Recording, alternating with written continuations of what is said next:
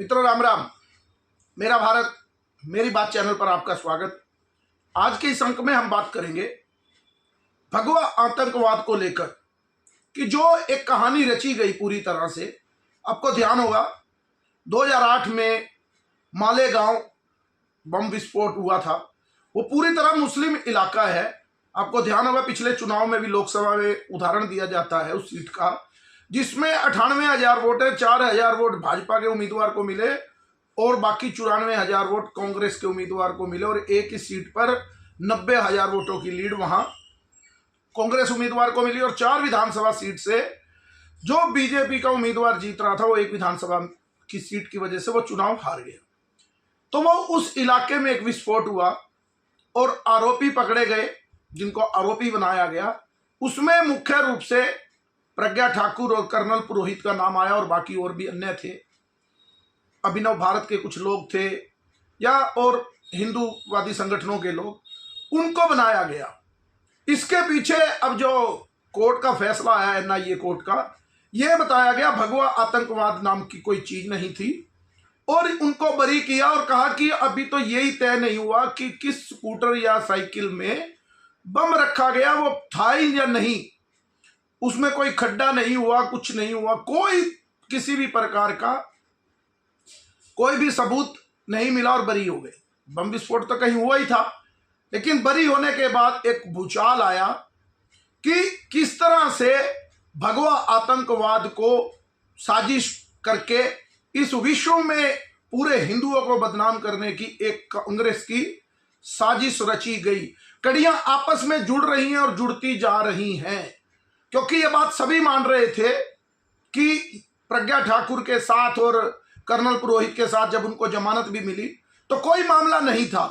लेकिन कांग्रेस ने मुस्लिम तुष्टीकरण के लिए किस तरह से हिंदुओं को और हमारे पवित्र भगवा ध्वज, जिसको हम हमारी देश की मंदिरों के ऊपर लहराता है, या शिवाजी के महाराज जी का एक ध्वज था हिंदू साम्राज्य का, तो वो भगवा ध्वज लेकर हर हर महादेव का घोष लगाकर किस तरह से अपनी सेना का मनोबल बढ़ाते थे।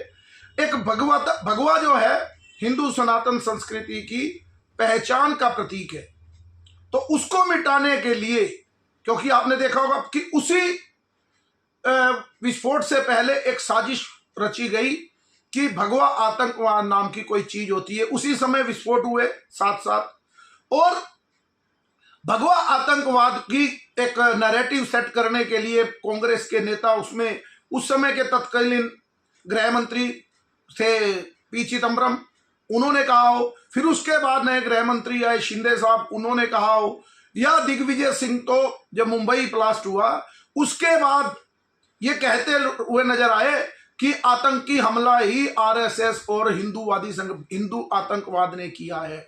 वो तो भला हो कांबले जो पुलिस अधिकारी थे, उन्होंने जिन्होंने क्या किया, उस कसाब को जिंदा पकड़ लिया, वरना वो हिंदू आतंकवाद की थ्योरी मुंबई हमले के बाद पूरी तरह सेट हो जाती।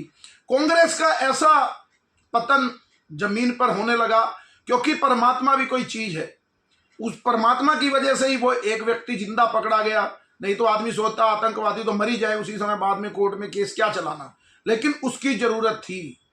अब जिस तरह से बातें निकल कर आई, साध्वी प्रज्ञा ठाकुर कितने समय से बोल रही है कि मेरे को परमवीर सिंह, जो परमवीर सिंह थे उस समय एटीएस बनाई थी स्पेशल इसके लिए जांच के लिए, तो उन्होंने साध्वी प्रज्ञा को उठाया। और उस समय कमिश्नर होते थे हेमंत करकरे, जो एक बार जब मुंबई हमला उसके अंदर शहीद हो गए। तो एक इंटरव्यू में साध्वी प्रज्ञा ने कहा था कि वो भगवान को प्यारे हो गए लेकिन उन्होंने मेरे साथ अन्याय किया। लेकिन यही कांग्रेस बोल पड़ी कि एक शहीद के बारे में ऐसा बोलना। लेकिन अब जो खुल कर बातें आ रही हैं, उसके पीछे उस साजिश का पता पूरा करना ही होगा। जैसे अब एक अधिकारी है, वो भी मुसलमान, सबसे बड़ी बात है वो मुसलमान अधिकारी है, महबूब मुजावर। उन्होंने कोर्ट में केस लड़ रहे थे, वो भी बरी हुए। उन्होंने कहा कि किस तरह परमवीर सिंह तब के एटीएस प्रमुख ने मुझे कहा कि किसी तरह से संघ प्रमुख मोहन भागवत को, उसी समय मोहन भागवत नए नए संघ प्रमुख बने थे, तो उनको उठा कर लाओ। ये नहीं कहा कि वारंट ले जाओ, उनकी गिरफ्तारी करो, उनको उठा लाओ। वो तो एक आत्मा होगी अच्छी, जो मुस्लिम अधिकारी थे, उन्होंने कहा कि ये मैं नहीं करूंगा, और बदले में उन्हीं की प्रताड़ना शुरू कर दी, क्योंकि उनको लगता था एक मुस्लिम अधिकारी है, उसको एटीएस प्रमुख ने उसको अधिकारी बनाकर कहा कि अपनी टीम अपनी स्वयं तय कर लो किस लोगों को लेकर जाना है, और किसको फंसाओ, योगी आदित्यनाथ को फंसाओ, क्योंकि उनका कलर भी जो पहनते हैं वो भगवा है। नरेंद्र मोदी को फंसाओ, क्योंकि नरेंद्र मोदी हिंदुत्व का 2002 के बाद एक रोल मॉडल बन गए। यानी हिंदुओं पर किस तरह से आक्रमण करना। आपको ध्यान होगा जब पानीपत में बम ब्लास्ट हुआ समझौता एक्सप्रेस में, तो पाकिस्तानी नागरिक पकड़े गए आतंकवादी, उनको छोड़ दिया और हिंदुओं को पकड़ा गया। ये एक कांग्रेस की क्लास चल रही थी भगवा आतंकवाद की। मुझे तो तरस आता है हिंदुओं पर, अभी भी बेशर्मी के साथ किस तरह से कांग्रेस के पीछे लग जाते हैं। एक एक चीज स्पष्ट हो रही है, किस तरह हिंदुओं को बदनाम और मुसलमानों के वोट लेने के लिए काम किया।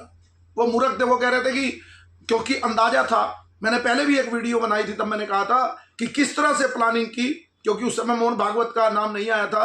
पूजनीय मोहन भागवत जी तो बाद में इस अधिकारी के बताने पर, क्योंकि उनको उठाया नहीं गया था, तो उनमें गिरफ्तारी किसकी हुई थी, एक भगवा रंग की प्रज्ञा ठाकुर की, कि संतों को बदनाम किया जाए, और कर्नल पुरोहित की, कि सेना में भी शक पैदा किया जाए। 80 किलो आरडीएक्स का आरोप था उनके ऊपर कि वो सेना का विस्फोटक ले आए, 40 किलो उन्होंने कहीं और रखा और 40 किलो इसमें इस्तेमाल किया है। जबकि बाद में सेना ने कह दिया था कि हमारे यहाँ तो इस प्रकार का कोई आरडीएक्स होता ही नहीं, जो वो जिसकी वो बात कह रहे थे। लेकिन इस तरह से अब समझ में आता है कि वो किस तरह से योगी आदित्यनाथ को, और क्योंकि आने वाली भनक थी उनको कि नरेंद्र मोदी और योगी आदित्यनाथ, कांग्रेस को लगता था हमारे लिए खतरा हो सकते हैं। जिस तरह हिंदू एक की बात होगी, हिंदू को खंड खंड कर दो, और पूजनीय सरसंघ चालक को गिरफ्तार करोगे। अगर सरसंघ चालक को गिरफ्तार कर लिया, उनके दिमाग में था कि सरसंघ चालक को गिरफ्तार कर दिया तो संघ भी छिन्न भिन्न हो जाएगा। लेकिन कांग्रेस लगता है अध्ययन नहीं करती, केवल हराम की खाने के कारण वो लोग सत्ता में शुरू में बैठ गए, लोगों को झूठा नैरेटिव सेट करके, लेकिन वो पढ़ाई नहीं करते।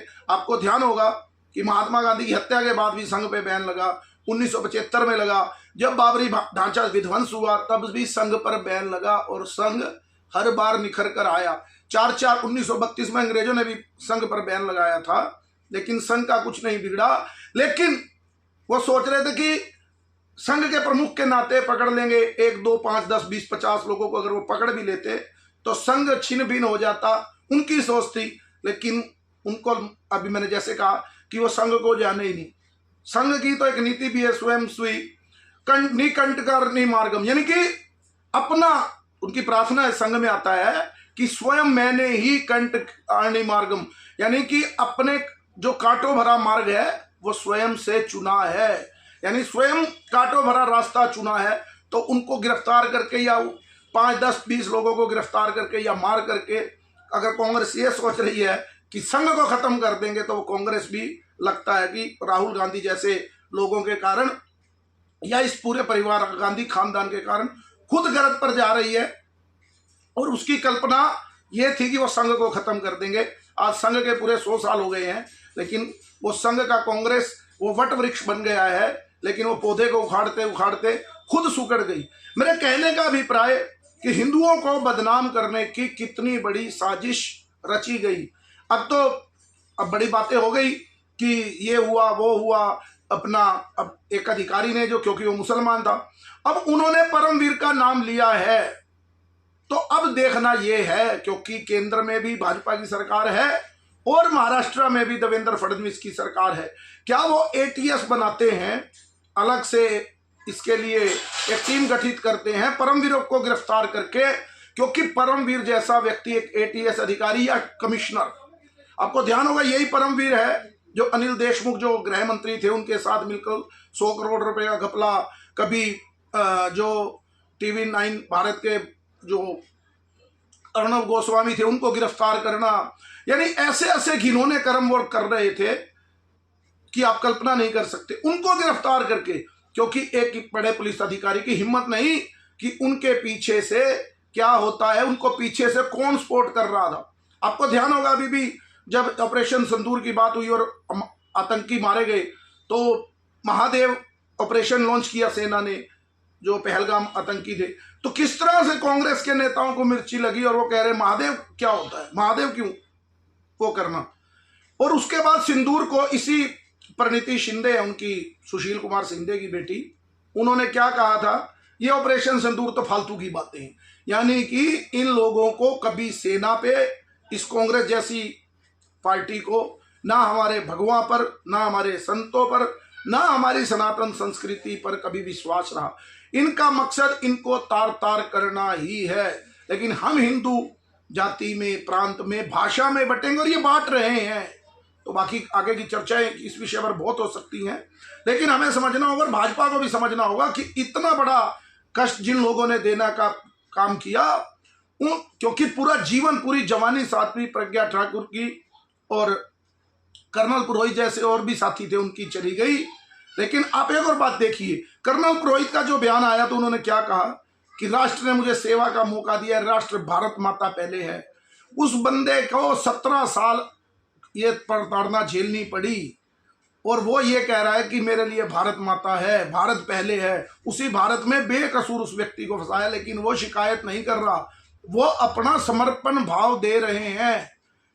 क्या, जैसे अमित शाह जी ने कहा संसद के अंदर कि हिंदू कभी आतंकी नहीं हो सकता। देखिए, जिसके साथ 17 साल ऐसा कांड हुआ हो, उसको टॉर्चर किया गया, उनको मारा पीटा गया हो, वो व्यक्ति कह रहा है नहीं, भारत मेरे लिए पहले, इसने मुझे सेवा करने का मौका दिया है। यही होता है हिंदू और दूसरे लोगों में फर्क।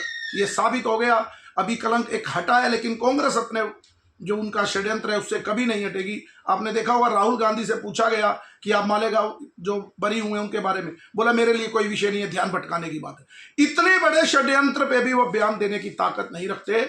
इतना घटिया निम्न स्तर उनका आ चुका है। आज के अंक में इतना ही। मेरे इस चैनल को लाइक कीजिए, सब्सक्राइब कीजिए और ज़्यादा से ज़्यादा शेयर कीजिए। भारत माता की जय, वंदे मातरम, जय श्री राम।